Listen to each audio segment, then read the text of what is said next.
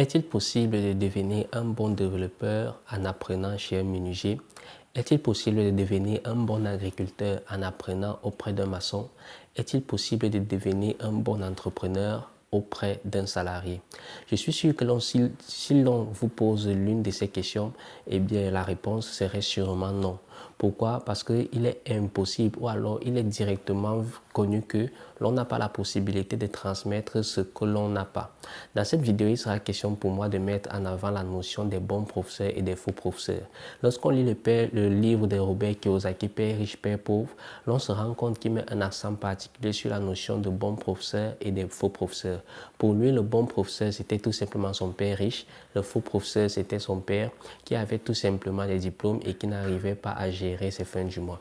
Dans cette vidéo, donc, il sera question pour moi de vous donner des éléments pratiques, des éléments concrets qui doivent vous faire en sorte de choisir des bons professeurs. Reste donc jusqu'à la fin afin de bénéficier de ces informations qui aujourd'hui vont te permettre de faire des bons choix.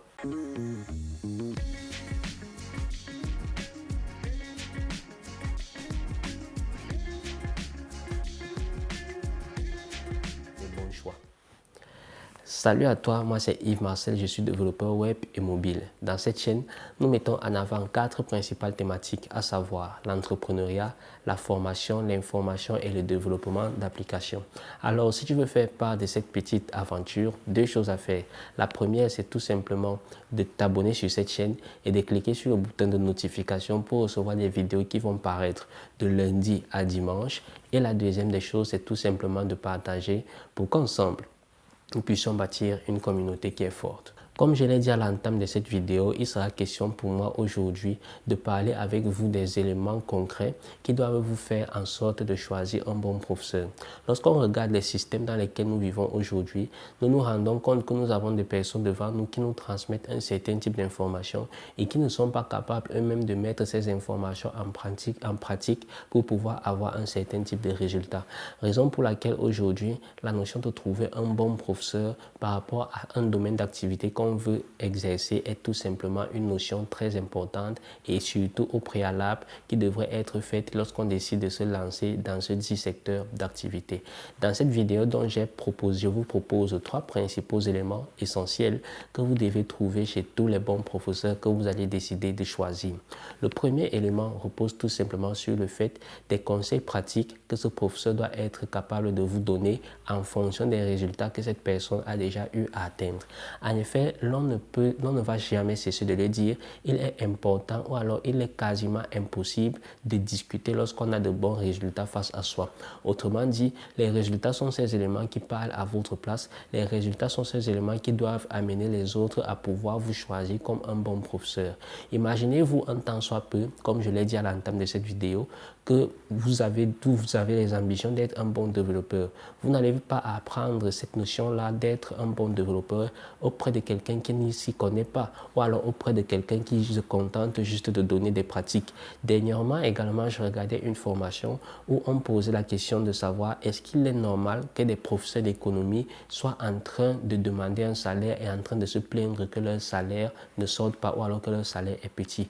Pour moi, c'est tout simplement une question qui m'a tout simplement marqué et je me suis posé la question réellement de savoir est-ce que c'est vraiment un professeur d'économie? Est-ce que le professeur d'économie doit être cette personne qui se plaint? Eh bien, la réponse à cette question est tout simplement non. Au contraire, c'est lui qui doit développer les théories, c'est lui qui doit développer des thématiques, c'est lui qui doit nous montrer comment est-ce qu'il faut faire pour pouvoir avoir de l'argent, pour pouvoir faire de l'argent et pour pouvoir être une personne qui, en fonction de ses compétences, soit capable de tout simplement de donner également aux autres des notions nécessaires afin de ne plus avoir des problèmes d'argent.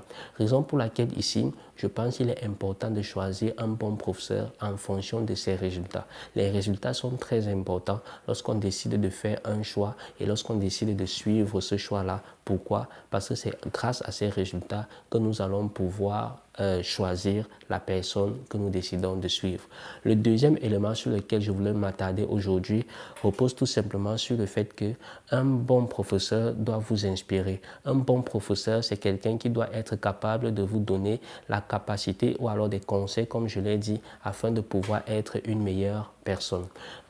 Lorsqu'on regarde ces secteurs-là, lorsqu'on se rend compte de la pertinence d'avoir un bon prof qui nous donne des conseils pratiques, qui nous motive, qui nous inspire, qui nous permet de pouvoir également atteindre nos objectifs, eh bien, on se rend compte que c'est tout simplement une personne de fait. On a tendance souvent de mettre en avant le fait qu'il y a certaines personnes aujourd'hui, lorsqu'on veut les rencontrer, on a tendance à déposer une certaine somme d'argent sur la table. Il y en a pour qui c'est 1 000 €, il y en a pour qui c'est 5 000 €, il y en a pour qui c'est 15 000 € et il y en a qui vont à plus. Eh bien, la question que je vais te poser est celle de savoir, penses-tu réellement que pour avoir une heure d'entretien avec une personne, il est important de dépenser une si grande somme? Eh bien, pour d'autres, ça sera une absurdité. D'autres vont se dire, ben, pourquoi dépenser autant d'argent pour tout simplement une heure avec un certain type de personne? Mais tout simplement, de l'autre côté, vous allez vous rendre compte qu'il y a une liste qui est prédéfinie et où les personnes se discutent pour pouvoir avoir une heure de temps avec une seule personne pour pouvoir échanger avec elle. Est-ce que vous vous rendez compte de la pertinence de ça? Eh bien, pour moi, lorsque j'analyse cette situation, je me rends compte que la personne pour qui l'on veut payer pour pouvoir avoir accès aujourd'hui, c'est une personne qui a déjà eu à avoir un certain type de réalisation dans son secteur d'activité. Et bien entendu, lorsqu'une personne a déjà cette avancée, il est important, il est nécessaire, ou alors je trouve ça juste de pouvoir échanger avec cette personne pour que cette personne nous donne des échecs, pour que cette personne nous parle des échecs, pour que cette personne nous parle des principaux éléments, des principaux obstacles qu'il faut éviter, de comment nous et que cette personne nous parle exactement de comment nous dire, de comment faire afin que nous puissions faire en sorte d'atteindre également nous ces objectifs-là. Les réalisations d'une personne aujourd'hui en disent énormément sur ce que cette personne fait. Raison pour laquelle aujourd'hui je pense qu'il est important aujourd'hui que les professeurs que vous allez choisir puissent vous motiver, que ces personnes-là puissent vous donner puissent vous inspirer, puissent vous faire en sorte de pouvoir atteindre également vous aussi un certain palier dans votre secteur d'activité.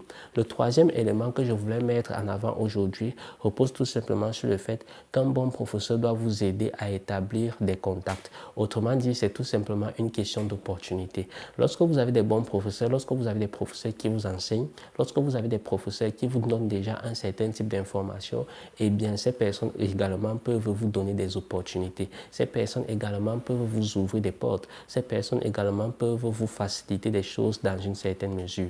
En effet, lorsqu'on a déjà des bonnes informations, lorsqu'on se base déjà sur certains résultats que des personnes ont, lorsqu'on est déjà inspiré, lorsqu'on est déjà motivé, lorsqu'on a déjà dépassé un certain type d'obstacle, eh bien, je trouve qu'il est réellement important de pouvoir avoir des informations qu'il faut, de pouvoir être capable de bénéficier d'un certain type de contact pour nous permettre d'aller un peu plus vite aujourd'hui. Dans le domaine entrepreneurial, l'on fait allusion au terme vraiment de réseautage. Pourquoi? Parce que ce sont ces contacts que nous avons là qui vont nous permettre de pouvoir level up, de pouvoir atteindre un niveau qui est un peu plus grand. Donc, il est important aujourd'hui de savoir bénéficier des contacts que l'on a, des bons professeurs que nous avons aujourd'hui. Raison pour laquelle Père riche, Père pauvre de Robert Kiyosaki met un accent particulier sur le fait de très bien s'entourer afin de pouvoir bénéficier d'un certain type d'opportunité. Nous sommes donc arrivés au terme de cette vidéo. Il était question pour moi aujourd'hui de vous parler de l'importance des bons professeurs, de vous parler de la pertinence de choisir des bons professeurs et de vous partager quelques éléments nécessaires qui doivent vous permettre de faire le bon choix et de connaître si quelqu'un est un bon prof ou alors un mauvais prof. Donc, je te dis sincèrement merci d'avoir été jusqu'à la fin de cette vidéo. Partage car elle permettra à certains de faire dorénavant de très bons choix. À la prochaine.